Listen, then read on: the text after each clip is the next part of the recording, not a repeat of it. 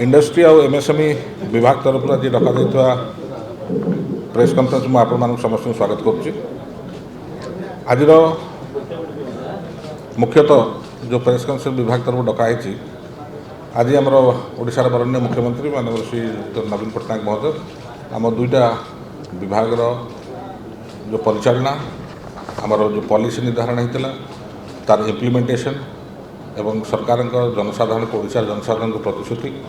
एवं ता सांगे आगू कौन करा जाई परियो ये समस्त विषय आज पुंखानुपुंखानु भाव में आलोचना होता है। माननीय मुख्यमंत्री रिव्यू नहीं एवं रिव्यू कर सारा पर संतोष प्रकाश कले कि जो दिगरे ओडिशा राज्य सरकार ओडिशार जनसाधारण को प्रतिश्रुति देते कि शिल्पायन होची ओडिशा राज्यर अर्थनैतिक व्यवस्थार एवं ओडिया खासकर युवक युवती मानकर एस्पिरेशनल फ्यूचर जोटा कहुए से दिगरे आमको अग्रसर हवा दरकार। बर्तमान सुधा ओडिशा कोविड सत्ते कोरोना वायरस सटडाउन लॉकडाउन सत्ते शिल्प विभाग जो भाव में परफॉर्मेंस करी माननीय मुख्यमंत्री खुशी प्रकट करने संगे संगे आमको परामर्श देते कि कथार कहीकि आगू बढ़ी ये रहीगले हेबनी आम ग्राउंड जीरो पर्यंत नहीं जनसाधारण पाक जिन को पहुँचा पड़ो। तो से संक्रांत में समस्त विषय आज आलोचना होती बर्तमान मु अनुरोध करी आम प्रिंसिपल सेक्रेटरी श्रीयुत हेमंत शर्मा को से अल्पके आपंकर शिल्प विभाग रे आम कौन कौन करे से विषय गोटे छोट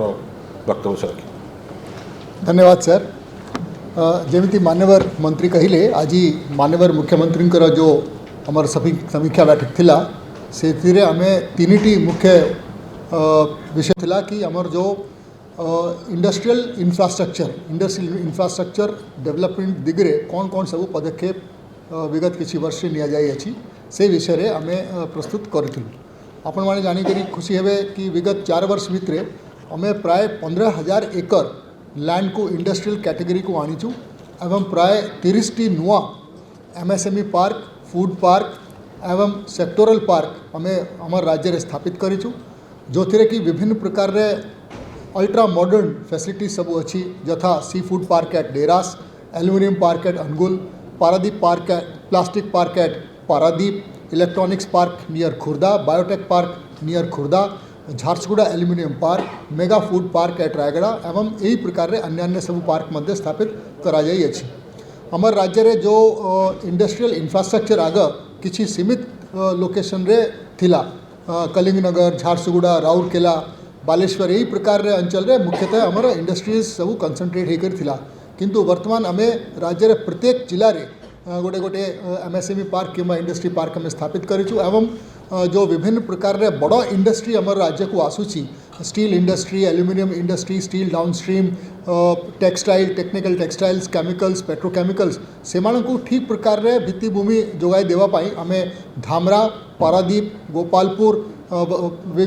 भविष्य रे सुवर्णरेखा, बिजू एक्सप्रेसवे एवं जो नेशनल हाईवे 16 अच्छी ओडिशा इकोनॉमिक कॉरिडोर से आम विभिन्न प्रकार रे इंडस्ट्रियल पार्क स्थापित करने जहाँ योजना करूँ से आमर बहुत वर्तमान भल डेवलपमेंट होती प्राय प्रत्येक जगह रे आपन देखिए प्रत्येक पोर्ट लोकेशन रे एवं प्रत्येक इंडस्ट्रियल क्लस्टर रे आज दिन में आम पाखे पर्याप्त परिमाण रे industrial land pre converted pre develop उपलब्ध अच्छी एवं आमे वर्तमान जो इंडस्ट्रियलिस्ट बाहर आसुचंती जो माने जेमिति मेक इन ओडिशा रे बहु संख्या रे इंडस्ट्रियलिस्ट आसथिले सेमान को आमे अति अल्प समय रे कम समय रे आमे तांकु जमी एवं अन्य क्लीयरेंस सब जोगाई देउछु। एटा हमर प्रथम पर्याय थिला। द्वितीय पर्याय थिला कि हमर जो इन्वेस्टमेंट फैसिलिटेशन जो इन्वेस्टर्स माने आसुचंती तांकु सिंगल विंडो सर्विसेज जोगाइबा सेमानकर विभिन्न क्लीयरेंसेस लाइसेंसेस परमिट्स एवं इंडस्ट्री को स्थापित करने एवं इंडस्ट्री को सुरखुर कार्यरत करने जो जहाँ सबू आमर क्लीयरेंसेस लाइसेंसेस एटसेट्रा सब दरकार अच्छी सीटा केमिति आमे ठीक प्रकार रे टेक्नोलॉजी प्रयोग माध्यम रे जोगाई पारिबा सीटा मध्य आमर 5T रे गोटे बड़ टार्गेट थिला। गो स्विफ्ट माध्यम रे गो आई प्लस माध्यम रे आमे यही प्रकार रे सबू सर्विसेज इन्वेस्टर्स मान को जोगाई देउछु। आज 18टा विभाग रे राज्य सरकार 18 डिपार्टमेंट्स 18टा विभाग रे 54 clearances are now available online एवं there is no physical interface, there is a payment gateway and all services are delivered in a time bound manner this was appreciated by government of India also. आमर जो single window system अच्छी यहाँ को राज्य राष्ट्रीय स्तर रे national e governance award आम पाई एवं तत्पश्चात आमर जो ईज ऑफ डूइंग बिजनेस सर्वे गत वर्ष केंद्र सरकार अनुष्ठित करते से आमर रैंकटा बहुत भल होता नंबर 6 रे आम आसलु जोटा कि आमर विगत किसी वर्ष तले बहुत खसी जाइथिला नंबर 26 रु आम सीधा नंबर 6 को आम आसिक पहुँचलु अचीवर स्टेट हिसाब रे आमर ओडिशा राज्य रे गणना राष्ट्रीय स्तर रे करागला। सिमिलरली लीड सर्वे जो भारत सरकार तरफ करा जाए इंडस्ट्रियल इंफ्रास्ट्रक्चर रे से आम अचीवर स्टेट हिसाब रे आम गणना पाइचु जोटा कि आमर इंडस्ट्रियल इंफ्रास्ट्रक्चर सब इन्वेस्टमेंट होची port roads railways multimodal logistics parks and other industrial infrastructure the way it is being developed that has enabled us achieve a good rank in the lead survey also. Thirdly आमर जो वर्तमान broad basin होची industrial growth rate जोटा कि बहुत बड़ा आम achievement अच्छी आज 20 वर्ष तले आमर मात्र माइनिंग और मेटल इंडस्ट्री थिला मेटल इंडस्ट्री से भी मात्र स्टील इंडस्ट्री थिला किंतु वर्तमान माइनिंग एवं मेटलर्जी बहुत परिमाण रे ग्रो करिछि जो आमर राज्य रे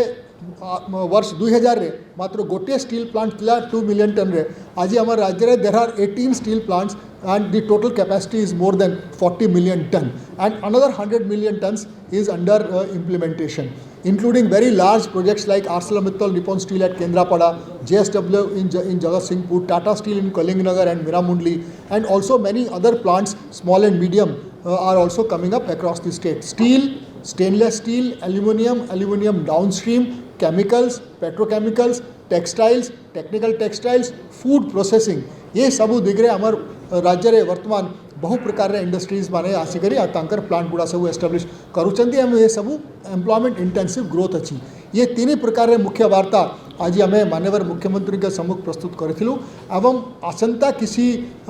मास रे माने ये जो 2023-24 आर्थिक वर्ष रे आम यही ऊपर फोकस करूँ इंडस्ट्रियल इंफ्रास्ट्रक्चर को आहरी त्वरान्वित करूँ जो इन्वेस्टमेंट इंटेंट सब आसी सेटा को ग्राउंडिंग करूँ एवं आमर जो ब्रॉड बेसिंग वर्तमान job oriented job intensive sector से वर्तमान जो वर्तमान फोकस अच्छी से फोकसटा को आम आहरी एक्सेलरेट करें। डिपार्टमेंट 3-4टा जिनस आज माननीय मुख्यमंत्री रिव्यू करते गोटे है कि एमएसएमई डिपार्टमेंट मुख्य काम है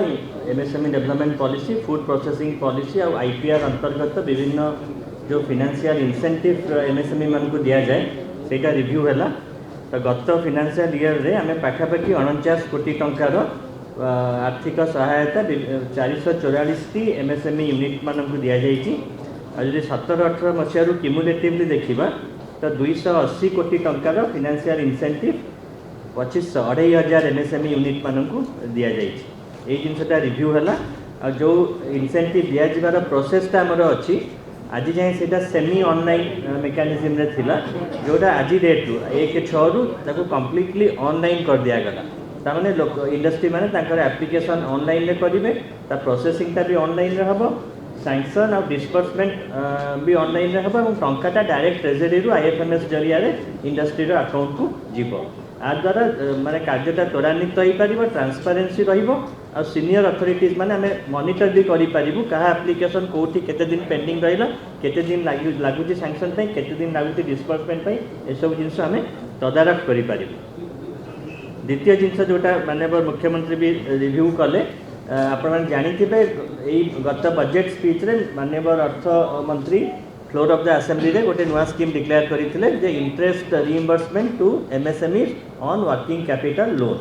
वर्किंग कैपिटल जो नियंती कैश क्रेडिट लिमिट विभिन्न बैंक रु जदि जार लिमिट 3 कोटी टंका भितर माने 0 to 3 crore तांकु 25% टू 100% एमती स्लैब अनुसार से इंटरेस्टा सरकार रिइंबर्स करेंगे एवं आनुआली पाखापाखि 150 रु 200 कोटी टंकार बेनिफिट एमएसएमई मान को सरकार देवे तेणु यही स्कीमटा गत बजेट स्पीच माननीय अर्थमंत्री फ्लोर ऑफ द असेंबली रे कही से वर्तमान ईएफसी अप्रेजल स्टेज रे अच्छी माननीय मुख्यमंत्री तापाई गोटे डेडलाइन आज फिक्स कले 15 अगस्त भितर नुआ स्कीमटा को लॉन्च करने तेणु यहाँ हेल्ले 150 रु 200 कोटी टंकार बेनिफिट आम जो एमएसएमई मान को जापर जोटा लिक्विडिटी इश्यू कैश क्रंचटा को बहुत मात्रा समाधान कर। तापरे आमर विभिन्न पॉलिसी उपरे आलोचना है आपण मैंने जानी 3टा पॉलिसी आम नुआ नोटिफाई करूँ make in Odisha conclave time रे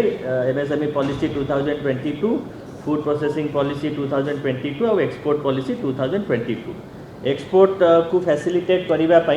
आम बर्तमान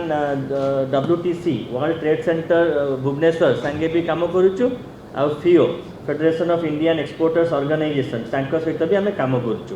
तो WTC और FIO से माने विभिन्न प्रकार वेबिनार फिजिकल मीटिंग्स ये सब करुचंती जहाँफल कि आमर एस्पायरिंग एक्सपोर्टर्स और नुआ एक्सपोर्टर्स माने एक्सपोर्ट रिलेटेड बहुत इनफॉरमेशन जानी पारुचंती। आ एक्सपोर्ट पॉलिसी रे भी आम 7-8 प्रकार बेनिफिट लोक दबार प्रोविजन अच्छी सेटा भी आम ऑनलाइन करूँ सेटा भी अगस्त 15 भितर आम लॉन्च करूँ। तेणु आम एक्सपोर्टर मैंने भी प्रत्येक एक्सपोर्ट जो सर्टिफिकेशन पैसा से स्पेंड करुँच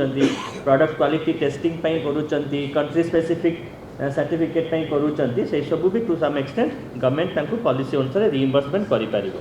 स्टार्टअप उपरे डिस्कसन है। स्टार्टअप आप जानते गवर्नमेंट ऑफ ओडिशा गोटे स्टार्टअप ओडिशा ना गोटे not for profit section 8 company करिसेंती से कंपनी एवं आम गोटे 16 मसीहार स्टार्टअप पॉलिसी अच्छी। तो वर्तमान सुधा 18.63 कोटी टंका आम विभिन्न स्टार्टअप मानू स्टार्टअप पॉलिसी विभिन्न प्रोविजन अनुसार दिया सरला। तो यही सब विषय आज आलोचना करागला एवं आम डिपार्टमेंट को टार्गेट भी दि जाइए जे इंटरेस्ट रिइंबर्समेंट स्कीम और अन्य स्कीम 15 अगस्त भितर कार्यकारी करने। विधानसभा मध्य मु अतीतर कही जो कथा कहला सचिव जो कथा कहले पेट्रोकेमिकल और टेक्निकल टेक्सटाइल जो कथा कहले जो नाप्ता क्रैकर बर्तमान से हम ता सागर आ गए जो प्लांट हबार अच्छी से IOCL आम संगे चुक्तिबद्ध होता 2019 मसीह करने परवर्त वर्ष कोविड लॉकडाउन शटडाउन है रेट एक्सकालेसन है स्थगित थिला। शुणु आज्ञा इंडियन ऑयल कॉर्पोरेशन IOCL कर प्रथम सेटा हूँ मदर प्लांट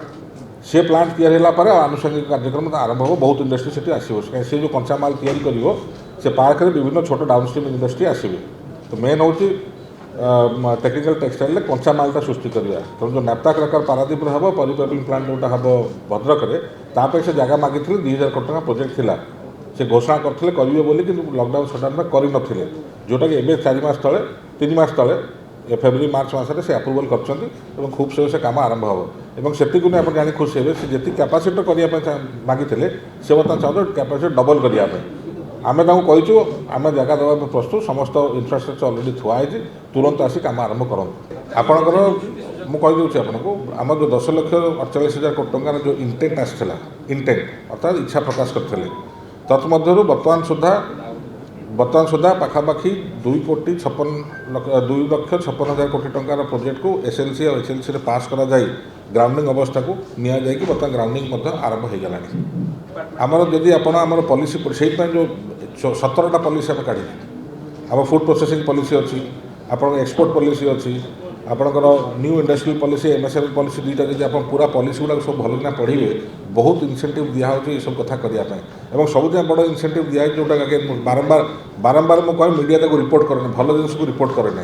जोटा कि बारंबार आलोचना समालोचना हुए कि आमर कौन से कोल्ड स्टोरेज हो पारे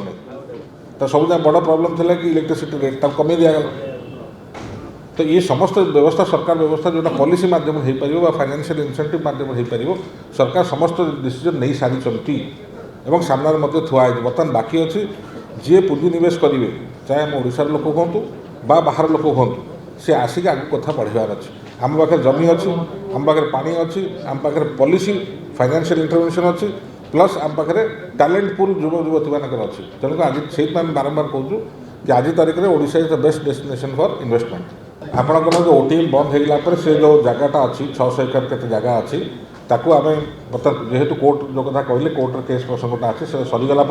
से आम इटको को ट्रांसफर करेबू कर सारापर से नुआ शिल्पांचल को घोषणा करी जी शिल्प आसो नुआ भाव से स्थापन कर कोर्ट रे केस अच्छी आप निजे कहते प्रति वर्ष को आगले मुझे कौन डाक तो जज नुहे सियाड़ फाँका है आगे बढ़ी थे आप SME दर्जा पाई सारिकी आप ऑटोमेटिक MSME को पलि आसवे। बर्तमान आप स्वयं सहायक गोष्ठी अच्छा स्वयं सहायक ट्रेनिंग नहीं ऋण पाई आप जो SME हो तो आप क्वालिफाए कर प्रमोशन हो छोट क्षुद्र क्षुद्र शिल्प को लघु शिल्प को पलि आसवे सर ताहले सेही एसएससी सहित सेमानकर किसी संपर्क रहइबनी जेतले से इंटरव्यूअर रही जिवे आज्ञा एसएचजी को तो प्रोत्साहन दिया होची केवल आपण बड़ी पापड़ भितर सीमित न रही आपण आउरी रोजगारक्षम होंतु सरकार पैसा भी दौरान ट्रेनिंग भी देवे एवं निजर माने पराकाष्ठा को वृद्धि करतु आ थरे आपण महिला स्वयं सहायक गोष्ठी जो एसएमई हो लघु उद्योग हो गले लघु उद्योग हेल्ले ऑटोमेटिक एमएसएमई डिपार्टमेंट को आसवे FDI investment is not my concern government concern of government of India not government of Odisha FDI is taken into count as nation as a whole not states number 1 number 2 मते जमी कहली 10,48,000 कोटी टंका पुंजी निवेश दाबी आसाला ता भितर प्रस्ताव आसाला से प्रस्ताव को आम केते कार्यकारी एवं कार्यकारी बर्तमान सुधा आम 6 मास भितर मुझे कथा कहली प्राय 2,56,000 कोटी टंका जिनस को ऑलरेडी कार्यकारी कर सारे एवं अवशिष्ट प्रोसेसिंग भितर अच्छी टार्गेट हो कि 2 वर्ष आम थर एमआई हुए 2 वर्ष शेष सुधा मिनिमम आम टार्गेट हो 60 भाग करूँ जोटा कि आम आज पर्यटन ओडिशा कर आसुँ एवं गवर्नमेंट ऑफ इंडिया निज डेटा जोटा किछ दिन तले सोशल मीडिया देखिथे से ही बाहर कर इंडिया रे after Maharashtra Odisha is the next state जो सर्वाधिक ग्राउंडिंग करुच्ची even we are better than Gujarat more data no government of India data आपन जो एमएसएमई को जो कथा कहते सी दुर्गम अंचल में शिल्पायन को वृद्धि कर बिजू एक्सप्रेस कराला कि आप कम्युनिकेशन नेटवर्किंग खोलिले सेटिका जो स्थानीय उत्पादन जिनस अच्छे फूड प्रोसेसिंग हो बा स्टील हो जेकोसी इंडस्ट्री हो सीना कम्युनिकेशन नेटवर्क खोलने इंडस्ट्री जीव तेणुक बिजू एक्सप्रेस कर मुख्य कारण पश्चिम ओडिशार हो कि जो आंचलिक वैषम्यता कथा बारंबार आलोचना होपटू किसी दि जाऊनी आमको पचरा होना